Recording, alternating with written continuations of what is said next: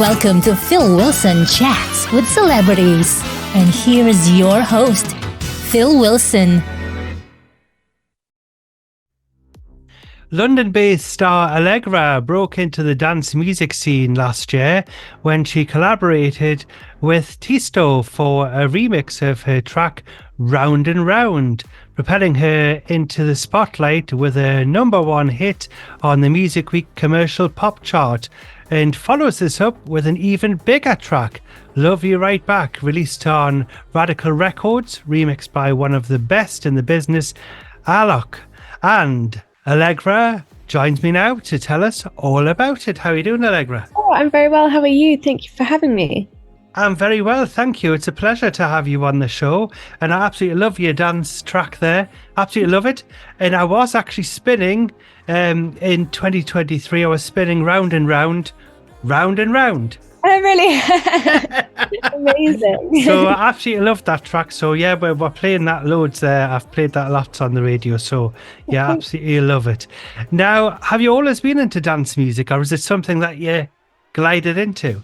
I think it's definitely something I glided into. I mean, don't get me wrong, I love a good dance. And I love, making these dance tracks and doing the videos for them. But I would say I'm more of a poppy kind of artist, but I love to have a good remix out there. And who do you admire in the dance music scene? Well, I have to say one of the people I looked up to was, and still do to this day, is Tiesto. Yes. Very much so, and what he does. And same with kind of David Guetta, and also I have to put Alok in there as well. I mean, of course. There's these incredible DJs out there who do amazingly in their jobs. So yeah. Because it's a massive sound as well with your new single, which we'll be talking about a little bit later on. It's really, really, I can just imagine being in the club there, and it's like, yeah, you're right into it, Yeah. Excellent. I could imagine them playing it this summer in Ibiza and places like that, So once it gets in the charts now, it'll be back in again. I know that for sure. Exactly. September onwards. Yeah. Now, what was it like getting your first #1 hit, and did you get an award for it? Ooh, my first #1 hit. It was the Tiesto. That's right. Yeah. You're round and round. Yes. Did I get an award? I probably got a plaque, kind of frame with the photo and everything. And to be honest, I couldn't believe it because, I've been very lucky with all my singles that I always got to #2, which is an amazing achievement. But, you always want to get to #1, I guess. Exactly. And Tiesto's track Round and Round, I got to #1. I was like, wow, we finally did it. So it was an amazing feeling, and it's an amazing achievement. And I hope can it get better from there, really, actually? I'm sure you're going to have lots and lots of #1s. I know that for sure. And especially with your new single as well. Now, signing with Radical Records, what was that like? I signed with them a couple of years ago, actually, I think. I can't remember. I mean, because of COVID, That's right, everyone's awareness is a bit weird. But no, it was an amazing kind of thing to have a label interested in me that are based in America, which is very important for me. To obviously, have my music in America, which is a whole different side of things. So yeah, working with them is great. With Jürgen as well, who's the kind of head of it. He's actually German, and I'm half German, so I understand. Oh, there you go. Yeah, I understand how he works. But no, great support, and very lucky to have them. And especially in the States there, they've opened up a lot of doors for you there, signing with them, especially with them being based in the States. Yeah, exactly, definitely. So, they've given me some great opportunities. Yeah, and since your debut single, All About Us, which you mentioned, reaching the number 2 position on the UK's official Music Week Commercial Pop Club chart in 2021. You repeated that success with a run of 6 top 3 singles on the same chart. And in addition, you have achieved a top 10 position on the Billboard Dance Chart in the USA and secured many other official chart placements worldwide. Are you surprised at how quickly your popularity has grown? I mean, when you list it all out like that, it sounds... I don't know, because I always move on to the next project, I guess, because I always have the next thing in my mind when the singles are out. Yes. So hearing you say it out like that, I'm like, wow, really? I can't remember. So, I mean...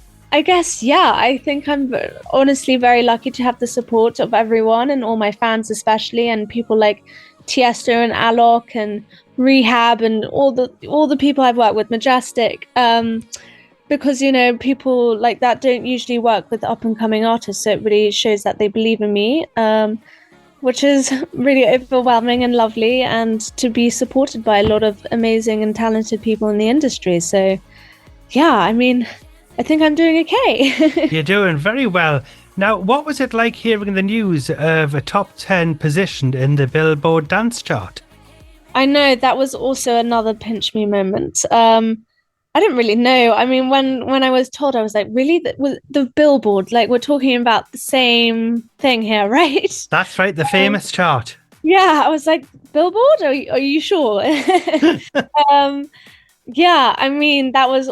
obviously also incredible because, you know, growing up, Billboard, you see all these amazing artists on there, and then to be, you know, put alongside with them was just incredible. That's right, because they have the Hot 100, don't they?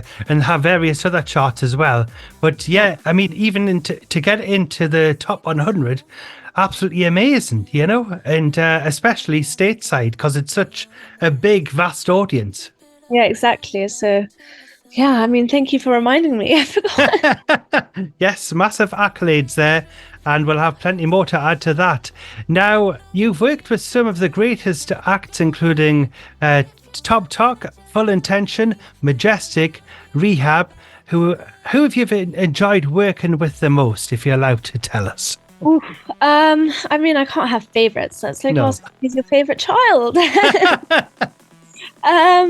I mean, working with Rehab was also very incredible. Loved his work and what he did with the track. I liked that he used the lyrics of the song, you know, because you always send off your original track, your little child. Yes. And you're always nervous what they're going to do. But really loved what he did with the track and actually used some of the original material that I put together. So... loved working with him, yeah, for sure. Like everyone I work with. Like everyone that you work with. Yeah, it's good that they use a lot of your song, because sometimes they just cut little bits out and they just repeat it over and over again. Okay. So it's nice to have a bit of variety there. Now, the vinyl revival is upon us, so I must ask you, what is your favourite record you have ever bought, and what track would you play me now if you had a turntable beside you?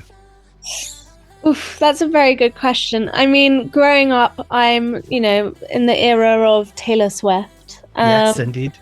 And I remember her very early stuff and listening to all her country songs. But I'd have to say, "You Were in Trouble." You know, her song.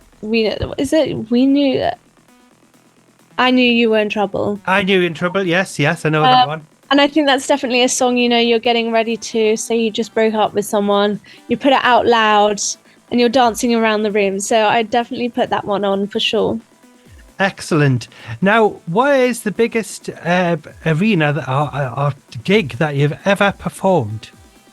I think because of COVID, it's been a bit slow with the live. I've just been really based on working on new material, being in the studio. I'm currently working on an EP right now, which I'm really, really excited about. But for me, it's been more importantly to make material because then I can, you know, perform live. But The biggest, I went to actually BBC in Scotland. Right, yes, that's a live. big place.